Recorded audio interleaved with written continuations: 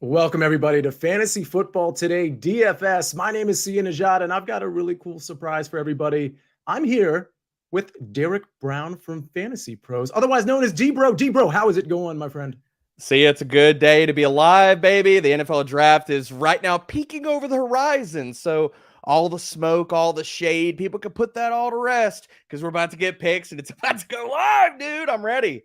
Yeah, there's going to be some truth telling tomorrow for the NFL draft, and we're going to touch on this No show. We're problem. gonna we're gonna touch on the NFL draft just a little bit, but really we're going to touch on the guys that are being drafted. What I really want to do on this show, Derek, is not talk about necessarily where Bijan Robinson is going. I want to talk Mhm. about Bijan Robinson. I want to talk about some of these receivers, tight ends, and running backs that have the skill set, or at least we think have the skill set, to not only succeed in the NFL, but maybe to have an immediate impact. So that's really what this show is for. We're going to talk some DFS at the end too, in terms of maybe a couple lessons learned from 2022 that we can apply to 2023.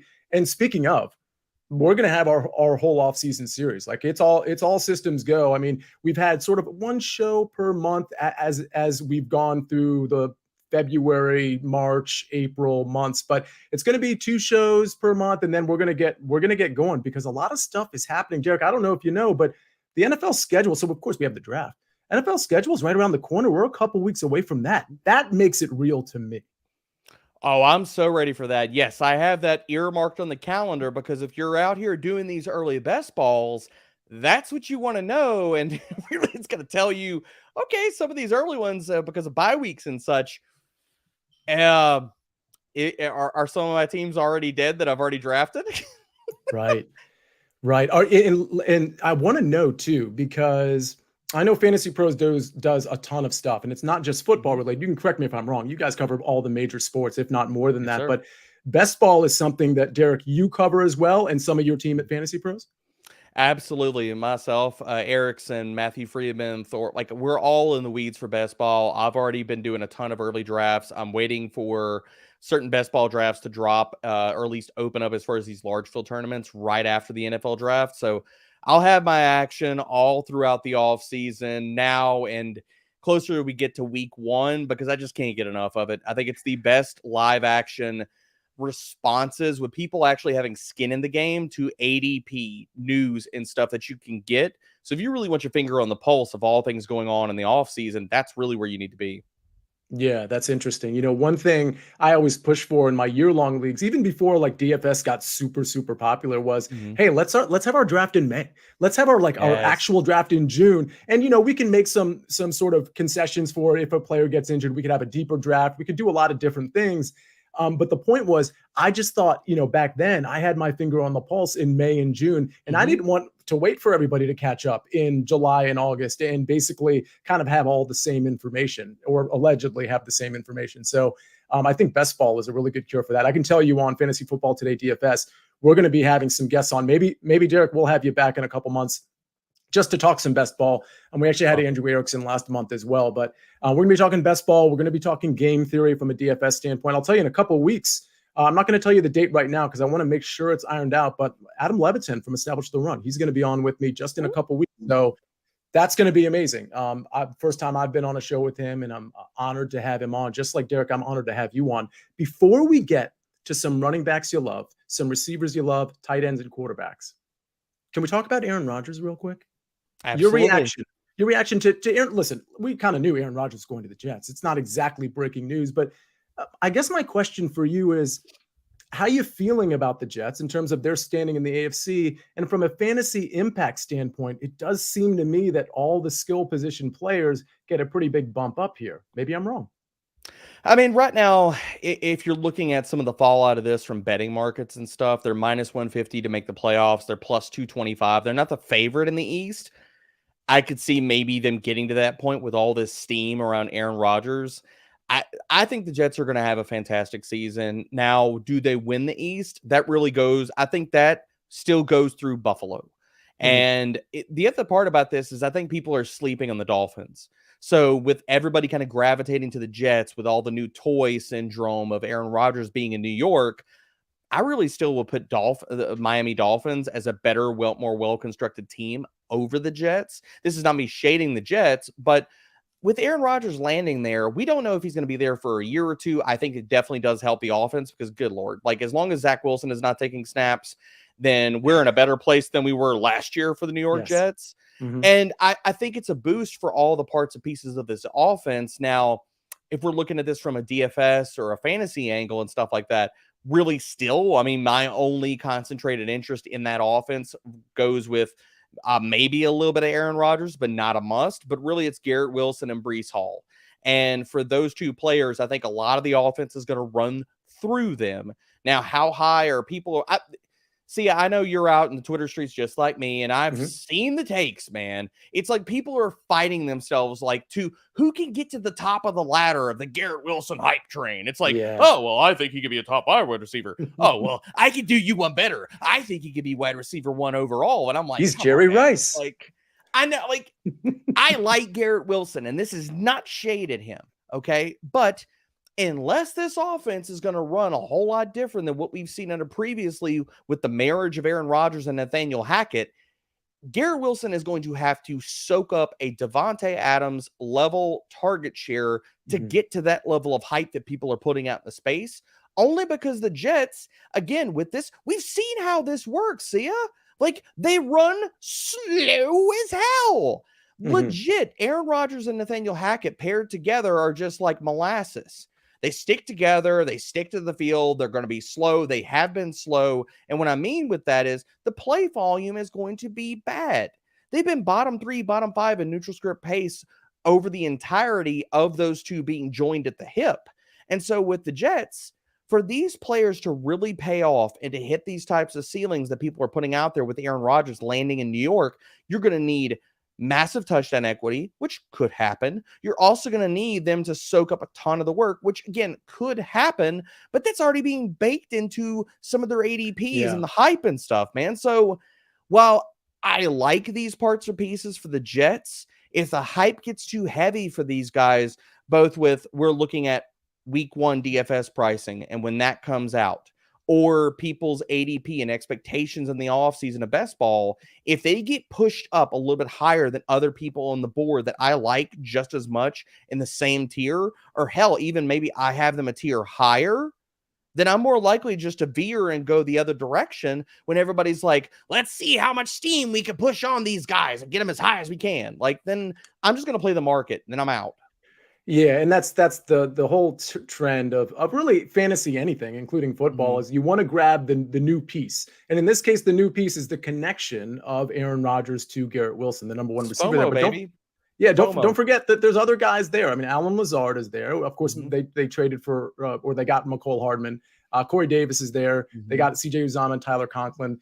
That's not exactly, competition for Garrett Wilson, but the targets will go around. And again, the pace issue, if you're kind of wondering, well, why did he bring up Nathaniel Hackett? Maybe some people kind of forgot when Nathaniel Hackett won, but you almost couldn't have forgotten because I think this Aaron Rodgers thing was in place immediately when Nathaniel Hackett got fired by Denver. But he is now the OC for the Jets. Of course, he was the OC for the Green Bay Packers during most of Aaron Rodgers' run. So yeah, the pace is going to be slow. They're probably going to lean on, hopefully Breece Hall is healthy, but they've got a full complement of running backs too. It's really interesting about Breece Hall is I don't know how healthy he's going to be week 1. I don't know how healthy he's going to be week 4. I mean, that was a pretty problematic injury. And you got Zonovan Knight, you got Michael Carter. Like, I think even if he is healthy, I don't think he's going to get a full complement of snaps because why would you do that early in the recovery process?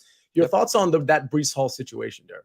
No, I agree with you. And especially these early drafts, like, I don't look at Breece Hall's ADP as going down, especially with the Aaron Rodgers news of him landing in New York. So if people are going to push him up the board, then I'm probably going to be underweight on Breece Hall as far as like looking at him for redraft purposes or best ball at this point, because just the points that you just made. Everybody is assuming week 1 he's good to go. And while that might be the case, that's being baked into or will be baked into his ADP. So if the opposite is true, then some people could be a little bit disappointed and very sorry that like they chased the dragon all the way up the board. Yeah, one last thing before we get to some of the rookie class that I really want to talk. Some guys, especially at the receiver position, I'm so intrigued by a few guys, and I want to get your opinion. Of course, I've scouted your Twitter. I know your opinion generally on some of these guys, but By the way, everybody scout, if you're not already following Derek Brown, it's at Dbro_FFB. A really, really good Twitter follow, extremely accessible. Probably in the DMs, but also in Twitter Spaces and things like that. Derek is just one of the good guys of the fantasy football industry. There's a lot of good guys, by the way. And Derek, you're at the top of that list. But there's a flip side of this coin with Aaron Rodgers. By the way, you mentioned you don't know how long he's going to play. He's 39 years old and he turns 40 in December. So he turns 40 this year. So it's interesting. Not everybody's going to do Tom Brady and go to 45 years old or whatever it was. But Jordan Love. Let me tell you this. I'm not the scout that you are. I would never claim to be. But I watched a lot of Jordan Love when he was at Utah State, particularly his final season. I cannot tell you how unimpressed I was with him. And so when he got drafted by the Packers at the late part of the draft, I was genuinely shocked. I even was hosting a live draft show for Win Daily Sports at the time. And I said, this is Brett Hundley 2.0. And I didn't see it from Jordan Love, but the jury is still out, right? Because I could be wrong still. I just didn't see anything his final year. Granted, the year before that, Jordan Love was pretty good, but his final year at Utah State, I didn't see it. Can the Packers survive and string some wins together, maybe be a wild card team with Jordan Love? It's possible, but I'm not going to put them there yet. I think that you're looking at a division that's also improving around them. And we recently did team standings stuff for Fantasy Pros as far as podcasts and things. And I put the Packers at the bottom of the rung just because, and it's not because this roster still isn't talented, but this offense still has a lot of questions. Like outside of Christian Watson, you got AJ Dillon, Aaron Jones. What pass catchers do you have? And we're probably going to get a lot of those questions answered after the draft. Now, it would be the most Packers thing in the world that as soon as you get rid of Aaron Rodgers, you go and draft a wide receiver or something like a pass catcher in the first round, which honestly, I think is really live to happen, Sia. Absolutely. Totally agree. I think they've been connected to either JSN or Dalton Kincaid. And I think it's very telling that for this Aaron Rodgers trade to have gone down, they're switching spots with the Jets. So not only did they hop the Jets in the first round, they hopped the Jets in the second round too. So really, if we're looking at two teams that have kind of comparable boards where the first round, they've both been slightly connected to not Dalton Kincaid, but JSN in the first round. Second round, if that's where one of these teams goes for offensive line, tight end, what have you, then you're also looking at the bargaining position for the Packers is better than the Jets because they're sitting ahead of them as far as pick-wise on the board.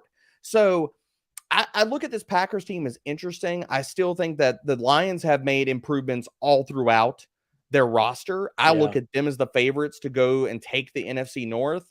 I look at, if you're looking at a team that could surprise, I think the Bears are possibly in that wheelhouse. And no, I'm not crazy. If you look at the Bears, could they take a big leap as far as from an offensive standpoint? Justin Fields willing them to 2 to 3 extra wins that they maybe would not have if they had a pocket quarterback.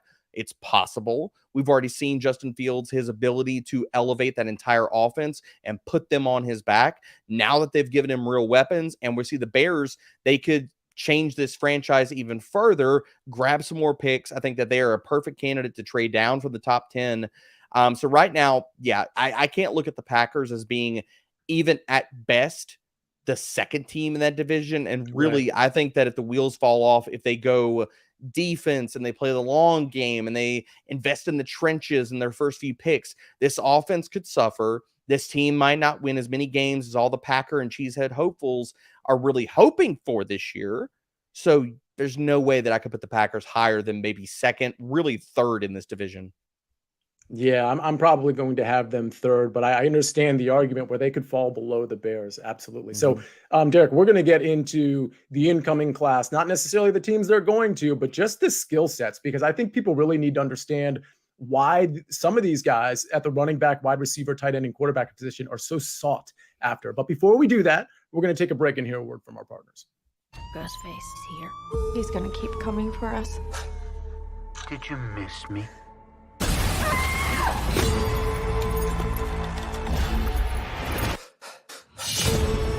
We've got to lure him in. And then we execute him.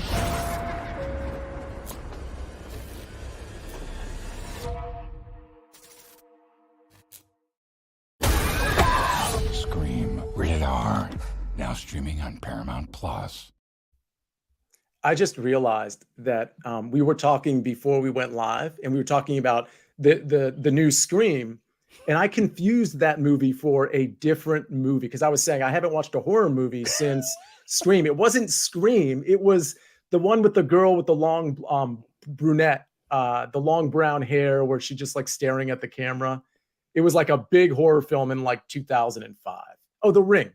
Oh, The Ring. I was The like, Ring. is he talking about The Ring? Yeah, it's The Ring. So I just chose after watching The Ring. Not that I thought it was scary. I just thought the imagery was scary to me. So I just decided, you know what? I'm going to hang it up on horror movies and roller coasters. I got to I'm going to that point date in my life. myself. Scream, that reminds me of high school and stuff like that because it was really, I was in high school whenever that entire franchise came out. So again, dating myself a little bit, but I don't hate the preview. Yeah, fair enough. Fair enough. Okay, speaking of previews, let's talk about the running back position. We'll start there. I think the wide receiver position is like the most interesting of this class in terms of high impact. Well, I shouldn't say that. I just think there's so many guys at the wide receiver position where there's questions, and I really want to get some answers from you. But the running back position, now I went on your Twitter, Derek, and you basically were kind enough for all the people that follow you. What it looked like to me was at each position, skill position, you posted your top 15. Okay. And I saw, of course, Bijan Robinson was at the top. Zach Charbonnet was number 2, I believe. Yeah, Jahmyr Gibbs, number 3. Evan Hall, Tyjae Spears, and then it goes on from there. Johnson, and we can kind of go through the list. Can you maybe talk about some of these guys? I mean, I don't know how much we need to talk about Bijan Robinson, but I do want to start there because I think people, when they hear the number 1 running back, they don't know whether to think, well, this is just another kind of like the top running back in the class, or this is another Adrian Peterson or LaDainian Tomlinson or Saquon Barkley, something like that. So I tried to give context. I had a tweet a few weeks ago. I went on JJ Zacharyason's podcast and talked running backs, and JJ and I were talking about how you compare this guy against other elite prospects over the last like 5 to 10 years. And it wasn't until I delve into that and comparing Bijan versus Saquon, Dalvin, all these other guys that have come out and been monsters in the NFL and really kind of see where Bijan stacks up. I mean, Sia, he popped off the damn page, man. Mm-hmm. I mean, he was top 10 in everything that I looked at. It was a sample size of 14 running backs over the last few years.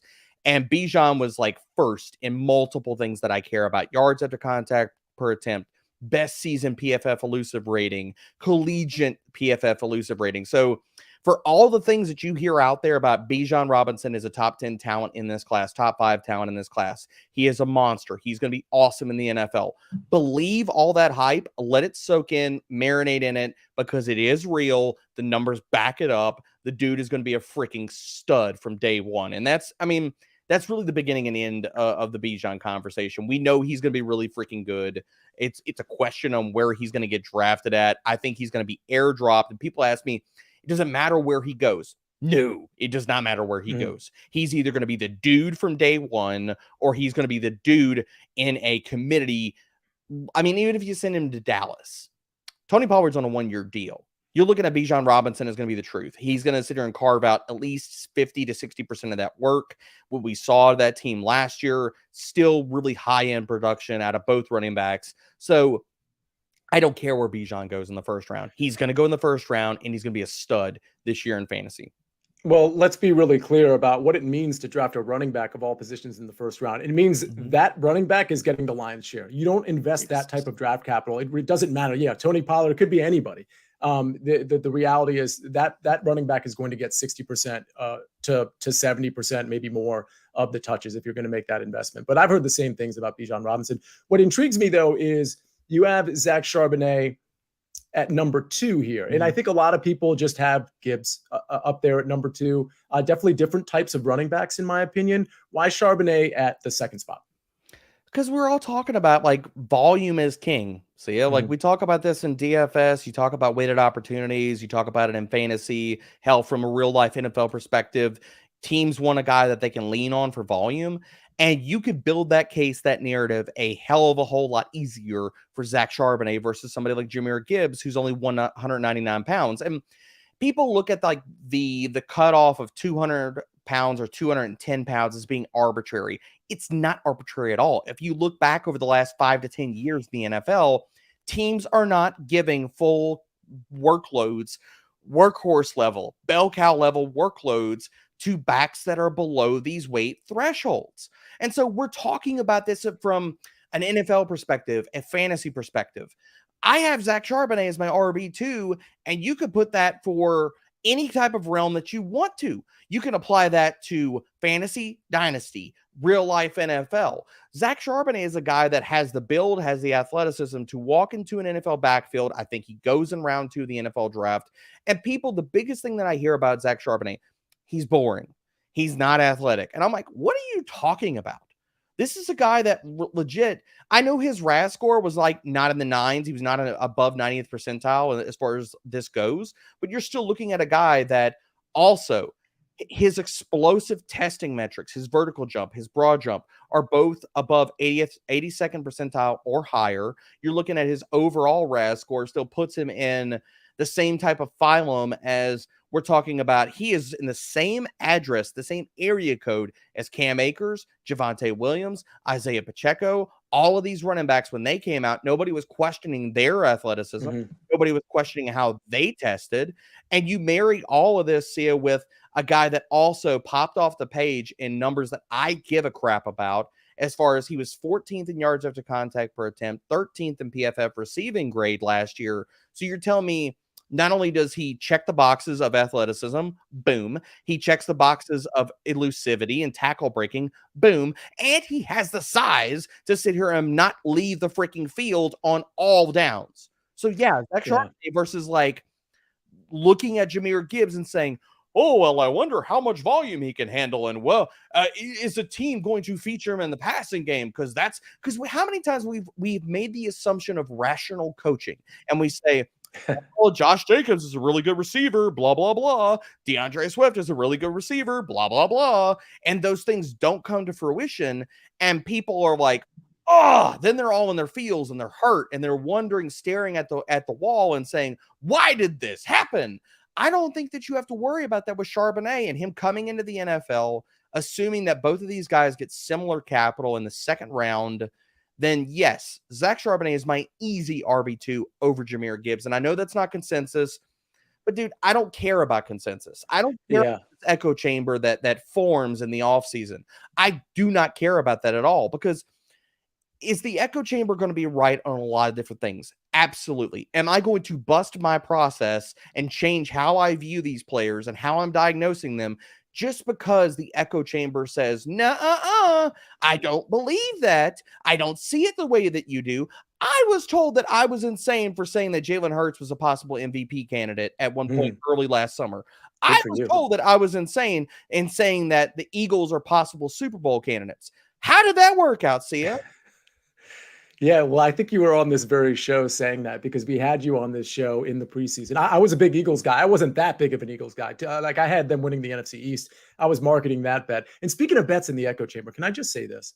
This is a really wise thing you said. And I think it applies, by the way, inside and outside of sports when it comes to the echo chamber. What people don't realize is subconsciously is they kind of fall into what the echo chamber is saying, whether they're consciously aware of it or not. I can tell you, Derek, the last 12 months or so, not only have I had my best DFS year. I should say DFS year for the last 6 months, which isn't saying a ton. I don't wager tons of money or whatever, but I'm a very avid DFS player across pretty much all sports.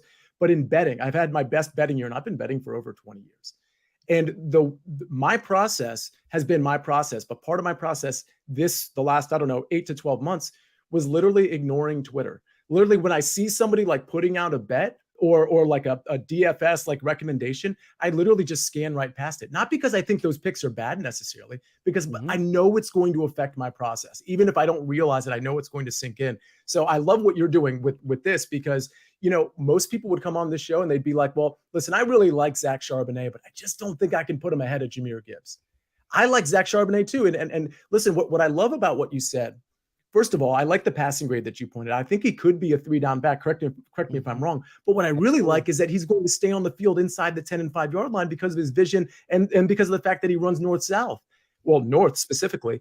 I just think he's one of those guys that especially if we're talking DFS, and I know we're really talking more long-term stuff, but he's a guy that if he starts making an impact week 1, week 2, week 3, and we think he's getting like a split carry guy with whoever he's on the team with, well, he might be the guy that actually gets the important high quality carries. And I know we don't project that for rookie running backs too often, but it absolutely could happen with a guy like that specifically. I love that call. And that's the other part or piece of this is that you don't have to squint and look sideways and tell yourself a story about how Zach Charbonnet gets red zone and goal line carries. You don't have to tell yourself that. Like, he goes into a position, he gets draft capital, he has the size, he's going to get that work. You've got to sit here and do some delicate and very interesting backflips to sit here and tell yourself a story that Jahmyr Gibbs would be locked into a red zone role from day one. It's the same conversation we've had with DeAndre Swift, same conversation that we had in previous years with Austin Eckler. I mean, I'm old enough to remember, Sia, when we were like, does Austin Eckler get the goal line work? Is that going to happen? Those were real concerns. And just because we've seen it happen 2 years in a row, people forget about that. And they're like, oh, it's going to happen. That's tried and true. That's definitely going to happen if some team throws the capital behind him. That's an assumption you're making. That's not a certainty to happen. Yeah, absolutely. So the next, I want to talk about 2 running backs specifically, but one we've kind of already addressed. So we can kind of maybe lay off here a little bit, but Jahmyr Gibbs and Tyjae Spears, I think, are really interesting. After these 2 running backs, maybe we'll just talk about 1 or 2 that you think are kind of sneaky, and then we'll go to wide receivers where I just have a ton of interest. But Tyjae Spears is really interesting to me. Correct me if I'm wrong, but you go to the Senior Bowl every year, and he was there, and he was pretty impressive, right? Yes. My second year in a row of being at Mobile, watching these guys live every single practice. And my colleague Matthew Friedman always likes to joke with me about it because I reference it constantly, but there is something of merit to having boots on the ground, seeing these guys live. It's the reason why I came out of last year's Mobile Senior Bowl of being over the freaking moon on Christian Watson after watching him be the dude there all freaking week and nobody could guard him legit. Tyjae Spears had himself a freaking week, man. He looked fantastic. He looked explosive. When you see this guy on the field, he put on weight, which is not something we definitely see in the process all the time. How many times are we sitting here waiting for people to weigh in at the combine, at the pro days, and saying, oh, please, Lord, baby Jesus, please be over the 200 pounds. And these guys come in at 197, 196. They don't put on the weight. And Tyjae Spears said, nah, man, I yoked up. I got to 204. I want to show teams that I could put on the weight, keep on the good weight. And the guy looked explosive, looked like he had not lost a step. He was throwing linebackers into the damn shadow realm on whip routes in Mobile. So he looks like a guy that could be a 3-down type of back in the NFL. And he looks like, I mean, the projected draft capital in Tyjae Spears looks really good right now. He's separating himself in early mocks and stuff as being the possible RB4, RB5 coming off the board in the 3rd round. At that type of draft capital, considering his explosive ability, I love Tyjae Spears. I think that he could be, I don't know if he's going to get necessarily the workload of like being a workhorse back, but you can name those types of guys in the NFL, see, like on one hand these days. Can he be a 60 to 65%er, be the 1A in a committee, get the passing down work, and maybe get spelled a decent amount because the team doesn't want to run him into the ground? Yeah, that's kind of the phylum where I put Tyjae Spears at. And just kind of rolling down the board, do we just want to bring up guys that I think are interesting in the draft? Yeah, absolutely. Okay. The ones that really kind of pop, I know people looking at my ranks, we already talked about him once. I'm curious where his draft capital comes in. I have him ranked aggressively, and people think that I'm insane. I'm drunk when I make my ranks, but Evan Hull is my RB4. I think firmly if Evan Hull would have gone to a helmet college, if he'd gone to an SEC school, if he'd gone to a place where people would have loved to hype the hell out of him, then he would be getting a hell of a lot more love than he's getting right now. He's had top 30 visits already with Minnesota and the Packers. His former position coach is now in Denver. So there are a lot of outs for Evan Hull, even just in that small distribution of facts that I just gave you. Even in that realm, he's got 3 teams right now where he could go in the round 3, round 4 of the NFL draft. It could shock many. It sure as hell won't shock me, because this is a guy that if you compare his testing metrics with Bijan Robinson, and go out there and check me, people, fact check me. You compare his testing metric with Bijan Robinson side by side, they are almost the exact freaking same. Same 40, vertical, broad jump, all these different parts of pieces. The guy's athletic, and he proved last year that he has that type of special sauce to be a main cog in the passing attack. He led all FBS running backs in receiving yards, top 10 in yards per route run. I think his draft capital could surprise people. It's not going to surprise me. Two other guys I want to bring up here off the hop are Roschon Johnson and Israel Abanikanda. Abanikanda blew out his pro day. Was off the charts as far as athletic ability. I think that alone could probably buy him round 3, round 4 type of capital. I don't think he goes higher than that in the NFL draft. But if you put him into a scheme like a Miami, I'm not going to say for San Francisco because they have CMC, basically a team that is going to run wide zone, going to put him in advantageous looks where he can sit there and run down the line, get lateral, and then explode upfield. That's going to be a really good fit for him. As well as I think that Roschon Johnson is also a really, really good candidate to go higher than people expect. I get that he was overshadowed by Bijan Robinson in college. That shouldn't surprise anybody. Bijan Robinson is a legendary talent. So you're looking at this guy got stuck in a situation where he had to play the second fiddle to a legendary prospect. Roschon Johnson absolutely could be a workhorse at the next level. He pops as far as like if you're running models and stuff like that. I'm not a model guy. I watch film. I look at efficiency metrics for these guys, and I try to build the best complete picture that I can for all these players. Roschon Johnson pops in every elusivity metric that you can possibly name.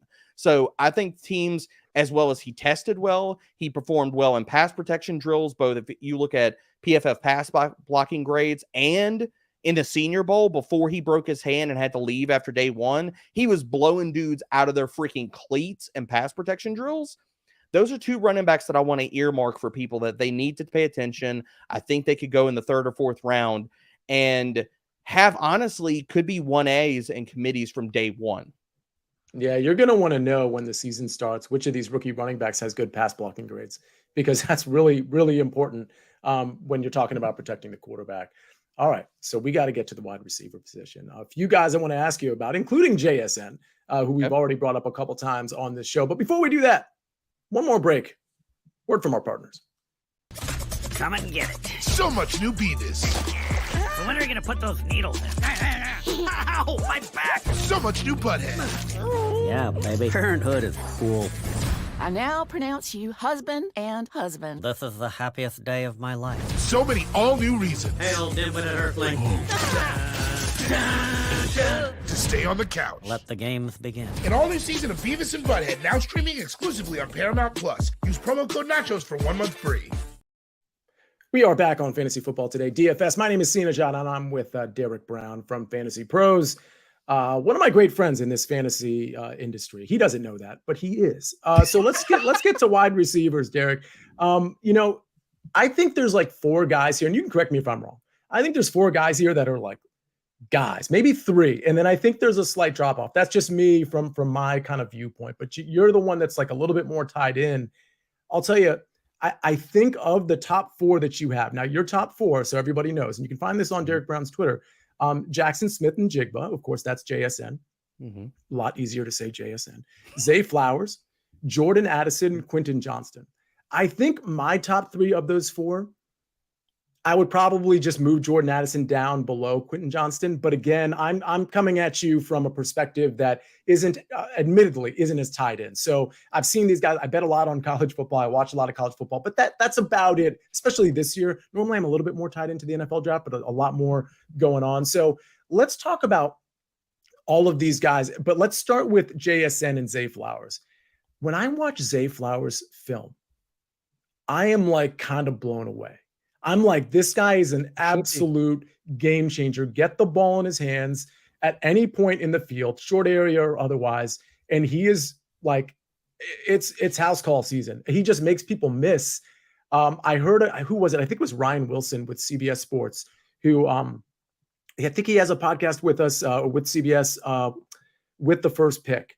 And he compared him to Antonio Brown. And I thought that was such a good comp. Regardless of the comp, you're obviously really big on Zay Flowers, not as big as you are on JSN. Let's talk about those two guys. JSN, and this is one of my biggest pushbacks about this draft class. I think that, again, we're talking about the echo chamber. We get so much into the weeds and we want to hype up future draft class. And we're like, okay, this draft class is okay. Next year's draft class is the class. And that's what we heard about this 23 class. And now that we've gotten closer to it, everybody's like, it's not that good. It's not as good as you think it is. And I'm like, it's one of my biggest pushbacks, man. It's like people are like, there's no elite wide receivers in this class. And I adamantly disagree with that. JSN is that dude. He is elite. He is the guy that I have a really hard time envisioning a scenario where JSN does not command a 20 to 22% target share in an NFL offense from day one. He's done everything that we care about, man. Like, he's popped in loose, like, as far as efficiency metrics. He's crushed it both with talented guys and earned targets. Like, we've seen this, and I'm not going to make a Justin Jefferson comparison, but we heard the same types of things when he came out. Oh, he's just a slot only. Oh, maybe he's not that athletic. He's probably slow because, some high school 40 that he ran and stuff like that. All of those types of narratives have been floated around about Jackson Smith-Njigba. He's played with talented guys. We know they are super talented. We've seen Garrett Wilson and Chris Olave ball out in the NFL. And you're telling me JSN earned high-end target shares, running routes right next to both of them. And when they were out, the roof got even higher for JSN. Jackson Smith-Njigba is going to be a stud from day one in the NFL. I think he could play. Obviously, he's going to be a stud in the slot. I think you're looking at a guy that's going to be about a 60-40 guy, 60% in the slot, can play the outside. And some of this is, yes, some people can go check the receipts, like talking even to Brian Hartline, the Ohio State offensive coordinator. He's like, I have no questions about his ability to win outside. And I'm like, hey, look at that, man. I got no questions either.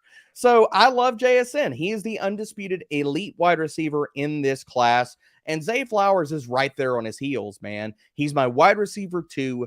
And people could shade Flowers a little bit because the level of quarterback play that he had to deal with at Boston College was dog water. Absolute dog water. Terrible. If you would have put Zay Flowers, and he had offers or possibilities to leave there and go to another college, he didn't do that. If he'd have gone to another college, like say Jordan Addison did, and end up at Alabama, an SEC school, balled out there, people would be talking about Zay Flowers because his numbers would have been better, Sia. His numbers would have been better across the freaking board. Zay Flowers is not a slot-only wide receiver, so get that out of your vocabulary when we're talking about Zay Flowers. Nobody, not you, but the consensus needs to not talk about Zay Flowers in that realm. He is an X-wide receiver. He can win on the outside. He's got route running chops for days. Again, we're talking about a guy that tested extremely well even after putting on 13 pounds of weight before he weighed in, showing teams that, yes, I can get up to that 180 pounds. I haven't comped him to Antonio Brown, but the two places that I have landed on as far as comps is I've described him as either the next coming of Steve Smith or E.Y. Hilton with true yak ability. And that's really where I put the type of air that I put Zay Flowers in. I think he is going to be a stud in the NFL. Yeah, I like that. I actually like both the Steve Smith and T.Y. Hilton comps. And I honestly would think a combination of those two would actually be Zay Flowers. So I think that's an interesting way to look at him. Let's talk about Addison and Quentin Johnston. And again, these are guys that I think are going to have, we don't know, we're going to know tomorrow what team they're on, but I think they're going to get high enough draft capital. And I think they're good enough to have impacts, whether it's your best ball or your fantasy football, or your regular fantasy football leagues, or even in DFS, if it's the right situation and they've got the right, good mini camp preseason, these guys are going to be high impact. And I think these next two guys, Addison and Quentin Johnston, are like those dudes. So talk to me about why you have Addison third and is Quentin Johnston firmly fourth, or are these guys like Josh Downs and Marvin Mims, some of these guys like kind of right there with him? So Addison is going to be a locked-in first-round pick. I think unless somebody hops them as far as a trade, he's a future Los Angeles Charger. He's the only wide receiver that the Chargers took that's projected inside the first round, or hell, even the top 50 picks that they took a top 30 visit with. So you can connect a lot of other dots as far as coaching and things like that with Jordan Addison going to LA. So I really think that he is going to be shoehorned to the Chargers unless somebody beats them to the punch, like you have a Buffalo or somebody like that trades up in front of them. Then I look at Jordan Addison as a future Charger. I love his game. He gets open at will. He can play outside, play inside. The only knocks on Jordan Addison a little bit are you're looking at his size and his frame and his testing. Diving through that real quickly, he didn't test as well as we would hope for. He wasn't as fast as we would hope for. So does that knock down some of his ceiling a little bit? Possibly. The other part about it is if you're comparing him versus other guys that have come out, him being able to play the outside, a la Devonta Smith of previous years, and they were talking about size, weight, things like that. Devonta Smith, and that's my comp to him because it's the closest I can get to Jordan Addison. But the differences between those two players, even though that is my comp, the nuance in their games is Addison can win on the outside. But where you see the difference is Devonta Smith played bigger than his size, both at the catch point and both strength in his routes. And Addison plays more to his size. Like he's a 170-ish guy that plays about like that size. He can get bumped off his routes. He's not a huge guy as far as like strength at the catch point and after the catch. So if you're looking at small slivers of differences, those are big things. And with Quentin Johnston, I really think he's going to be a guy that has to further growth to do in the NFL. He's got parts to his game he has to continue to hone in on and to polish. And part of that's route running, strength at the catch point, the ability of both the routes and nuance. He does not stack corners well on the outside. That's part of what leads to his issues at the catch point. But Quentin Johnston, I think that I put him a tier lower than, say, Jordan Addison, because there's also rumblings that we're hearing that Quentin Johnston could fall out of the first round and end up in the second round. He was not invited to the NFL draft. Take what you want out of that, but him not getting invited versus other guys like Keon White, other ones that were invited to the NFL draft for round one, I think it's absolutely possible he could fall out of the top 31 players selected. I like QJ. I still see the upside, but his range of outcomes is a lot wider to me than even somebody like a Jordan Addison. Yeah, fair enough. Okay, so the rest of this list, maybe one or two guys that you think, let's lean on this, maybe that are like feel like they're NFL ready to and may be able to make an impact early. So I could easily bring up, next few guys down this list, Josh Downs.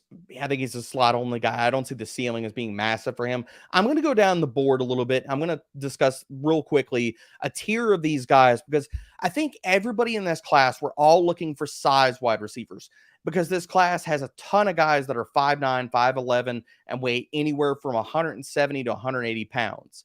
But if you're looking for guys that are 6 foot to 6'2", that are 190 to 210. There's a really interesting tier of guys here, being Xavier Hutchinson, A.T. Perry, Rashee Rice, and Cedric Tillman.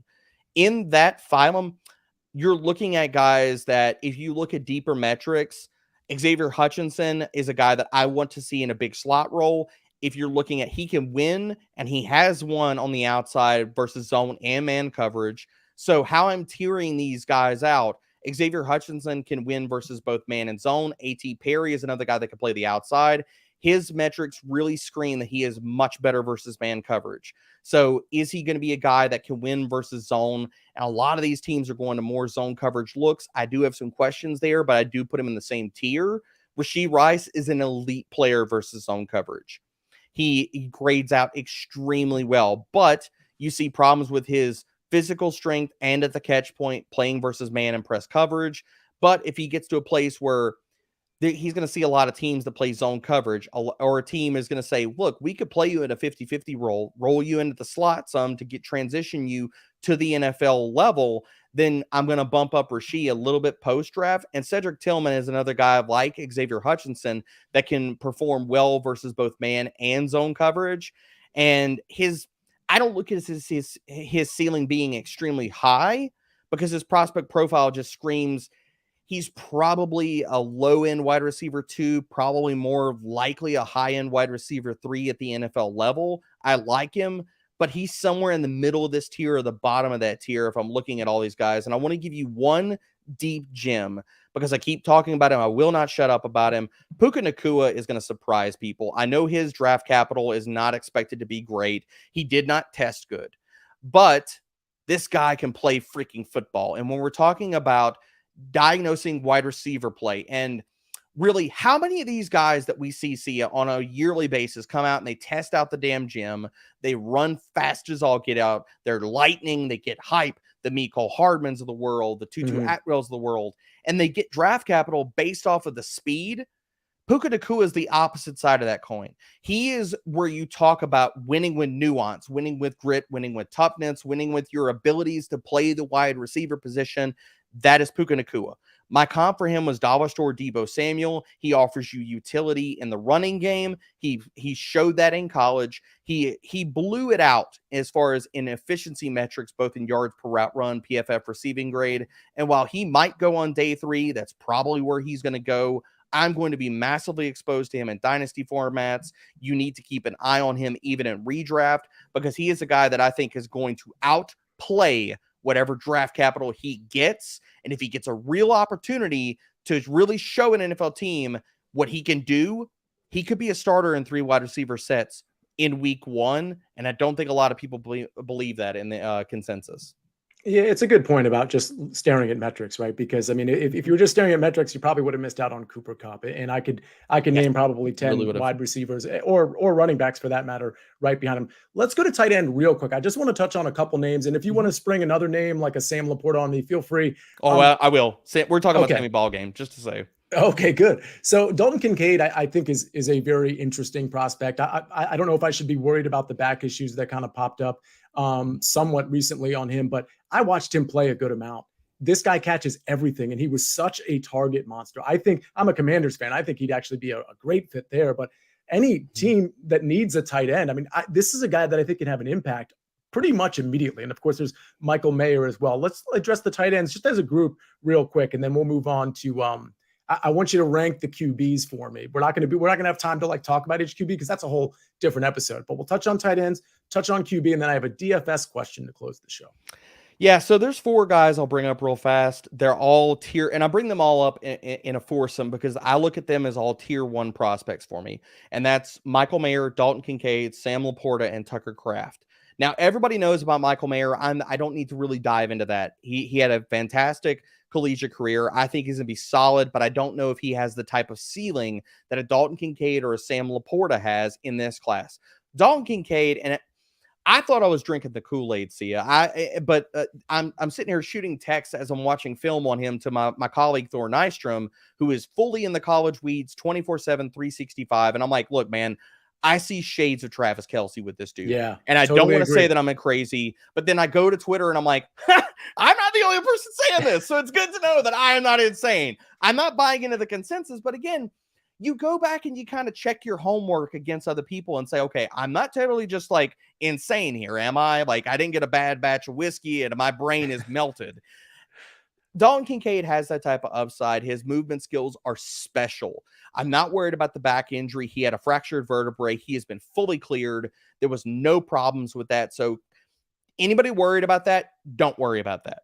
I think he's going to go in the first round of the NFL draft. I love his ceiling. Michael Mayer is going to be a solid 3-down tight end from day 1. The guy that I really want to talk about and spend a lot of time here on, Sammy Ballgame, Sam Laporta. I think he goes inside the top 60 picks in the NFL draft. He tested off the damn charts in everything that you care about.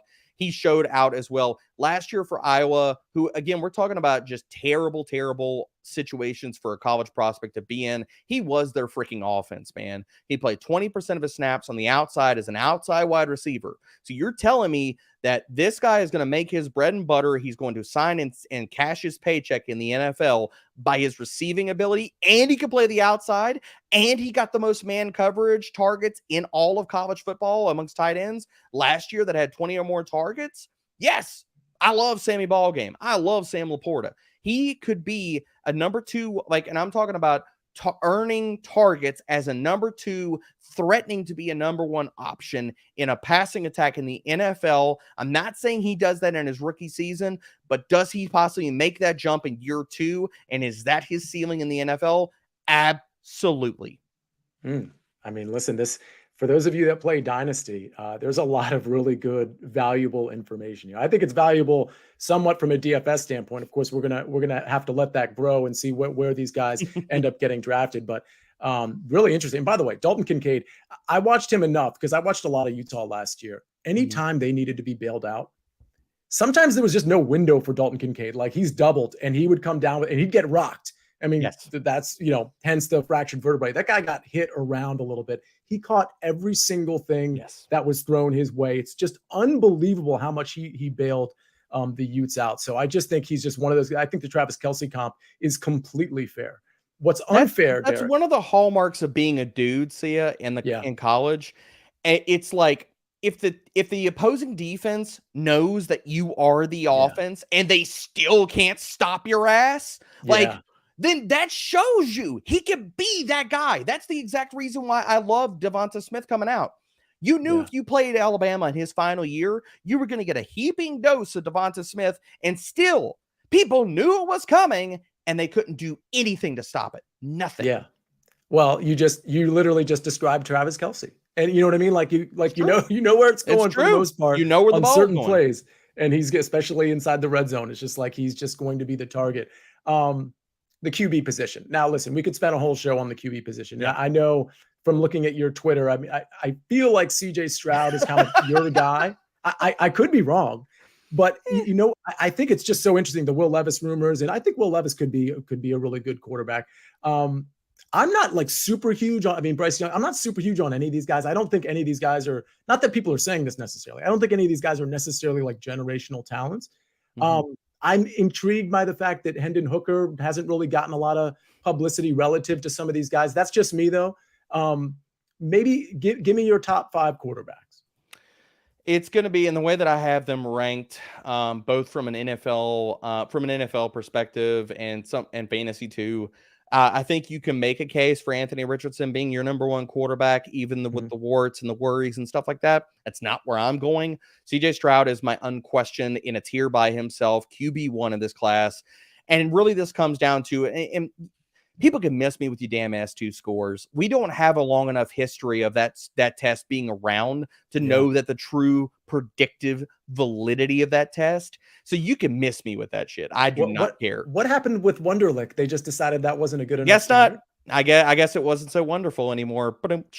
But looking at the test, like I don't care about that, because when I tell you like CJ Stroud pops as far as both metric wise and from a film perspective, the guy has special ball placement and accuracy ability. You see him lace big boy throws on the damn regular in games. And so I think he has a higher ceiling than what he showed in college, both if they get him on the move, his ability to play outside of structure. I know that's been talked about a lot, but I think his ceiling is much, much higher than people give it credit. That's why my comp for him, because if you look at the narratives that are surrounding him, the shade that's been tossed in his direction, it feels so freaking similar as far as from a talent perspective and the narrative of Justin Herbert. So that's my comp for CJ Stroud. Then you go down the board. Right now I have Bryce Young as my 2, Anthony Richardson as my 3, and Will Levis is just bringing up the tail end as QB4, Hooker is 5. And I like Anthony Richardson. I love the ceiling, but again, he has got a lot of things that he needs to clean up in his game. Most importantly, touch passing. Everything with this guy right now is a fastball. That's why my comp for him coming out is Colin Kaepernick. I think that the talent is absolutely there. He can process. He can go through progressions. You see more nuance in his game when you really break down his film, but he does have things he has to clean up. Some more things as far as from a touch perspective, he has to grow as a passer. Bryce Young is going to be a really high floor quarterback in the NFL, both processing and playability. I like him. I don't love him like I do CJ Stroud. Will Levis, he scares the bejesus out of me. I think that he's a possible landmine. I think that everything, you see the intangibles, but as far as field progressions, all these different parts and pieces, as far as from a play to play and down to down perspective from ceiling and floor, he's got to raise his floor a lot as far as consistency of play to be an NFL starter right now. So he has got a lot more questions that I think that people are putting out there in the space to answer for me that maybe others need to see. And Hendon Hooker, I'm not buying any of this first round buzz BS. I think this is all teams throwing smoke, really trying to get another team to trade up for him or trade into the first round. I think he's going to go in the second round. I mean, what do we have to say, Sia? The guy is going to end his rookie contract being freaking 30 years old or being older than that. That tells you a lot of what you need to know as far as from a ceiling and floor perspective from him in the NFL. Not even if we want to dive in, and I could talk to you 25 minutes about the offense he ran at Tennessee, his ability, both how much the rushing translates to the NFL and his ability to go through progressions. There's a lot of questions he needs to answer. Coming off the ACL, you add all this into the bag of him as being a prospect, and it pushes him a tier lower, and I can't even fathom how a team talks themselves into him being a first-round prospect in this class or even in other classes right now. Yeah, that's fair. Real quick on Hooker, if he hadn't torn his ACL, would he be in the conversation? Would it be a top 5 instead of a top 4? No, not necessarily. No, Okay. I'm not. So when I evaluate him, I'm not weighing the ACL as far as how I'm ranking him. His ACL tear was clean, so I'm not bumping him down from that perspective when I'm ranking him in my quarterbacks. He still would be QB5 for me. Yeah, totally fair. Okay, so I got one question to close. And sorry, I had to shortchange you on quarterbacks because that No, really you're is good, like man. it's a couple shows there. I even wanted to ask you about Dorian Thompson-Robinson, just like yes or no, late flyer on DTR. My late flyer would not be on DTR. I see more limitations from him as a passer than I would like to project, and I don't think the rushing upside translates as well. If we're going to go late flyer status, I'll look at Tanner McKee as the guy I would toss my chips in on. He's not going to be flashy. He's a pocket quarterback, so you're not getting the rushing utility. But if you're looking at a guy that could be drafted in round 3 or 4 and walk away being a mid-level tier starter in the NFL, I think that's Tanner McKee. Because he has the ball placement, he has the ability to go through progressions, he has the arm talent to both, I think, grow as a passer in the NFL and present a really, really high floor for an NFL team from the jump. So let's talk about real quick. I have a question about DFS 2022 last year. I mean, we're gonna get, just so everybody knows that's listening to this show or podcast, that we're going to get way more into sort of DFS game theory, probably with Adam when he comes on, Adam Levitin when he comes on in a couple of weeks, but also with the guests over the summer, because I think that's going to be important going into 2023. But because this wasn't really a DFS centered show, Derek, I do want to ask you at least a DFS question. And the question is, and you were very accessible, not just to all the people that follow you, but to me as well. We'd have some conversations like Fantasy Football Today, DFS. We do 2 shows per week. I do it with Mike McClure. Sometimes we have an additional guest as well, but I lean on Mike quite a bit. But sometimes I'll just ask some people in the industry that I respect. And I always found it your takes were always very interesting. And I kind of felt like you were very much willing to go in contrarian directions, which I think is really like sort of how you win in DFS. Obviously. How you win. Yep. That's how you win. But when it comes to what might have worked, maybe that's the answer in 2022. Is there something almost like a centerpiece where you were like, this is kind of what I leaned on and it worked for me last year or the last couple of years? So every year, and I'll take this, I'll take it this way. Every year in DFS is different. Every year in DFS is totally different as far as there are certain building blocks on how I'm approaching the season, but how the year is playing out, how NFL backfields, and really the NFL as a whole is playing out. Like, are you going to, because I mean, come on, see, like you know as well as I do, you'd barbell these bell cow running backs back in the day. It was team jam them in is what everybody called it. Like you jam in the high price bell cow running backs and then figure out how the hell do you sit here and take the rest of your salary and build out at least a competent lineup. And you're taking shots on these minimum salary, cheap freaking wide receivers that if they hit a ceiling, you hit the ceiling with your stack, then it's Yahtzee, baby. Well, now we're looking at an NFL that your bell cows are like, you can count them on one freaking hand.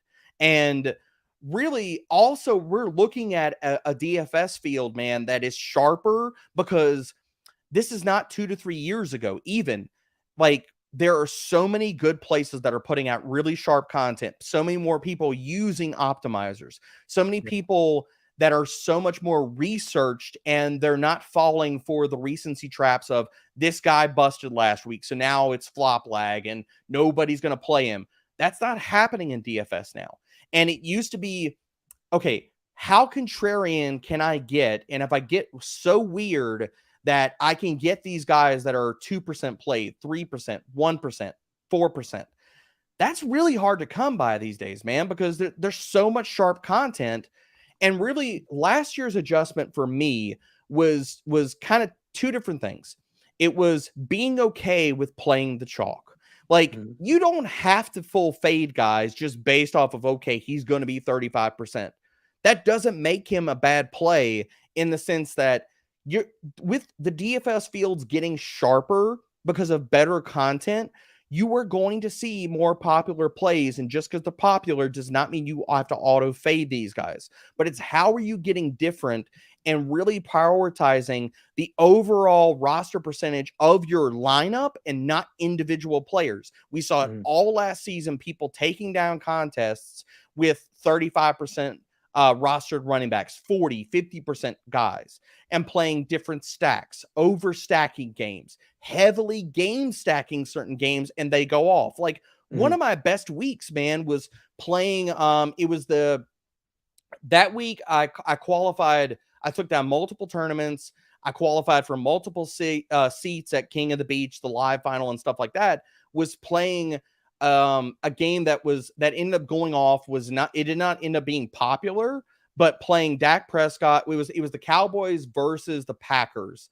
And I played Prescott, CeeDee Lamb, Dalton Schultz, and I ran it back with Christian Watson. And then I was heavy on that game that week. It was not popular, but I played a lot of the chalk around it, and the chalk hit. And then that game stack goes the hell off and buried the field, and I won like everything that week. So this is all to say that in previous years, you got to the top by full fading a lot of the chalk and a lot of super popular plays, and you could still do that in certain instances. But my whole thing, and I want to leave people with this, is it's okay to play the chalk. You just need to sit here and concentrate on how chalky is your overall lineup, and not really get so tied to how chalky an individual player is. That's such good advice. And honestly, that's advice you can take in PGA DFS and a lot of other sort of DFS streets, if you will. And Derek, we're going to leave it there. First of all, thanks for coming back onto the show. Thank you for having me, man. Like, you're too damn kind. Like, you put it all out there, like you're so gracious of me giving you my time. Hell, thank you for having me. I'm glad you came knocking at my door, because I love hopping on these shows with you. Sia, I think you're one of the best hosts in the industry. So appreciate it. Hopping into this and being able to talk ball with you, for me, is a treat. I appreciate that very much, actually. So listen, you can follow Derek Brown at @dbro_FFB. He's all over Fantasy Pros, a lot of good content at Fantasy Pros. Go visit them. We just had Andrew Erickson on, so you can catch his content, you can catch Derek's content, and a lot of other people.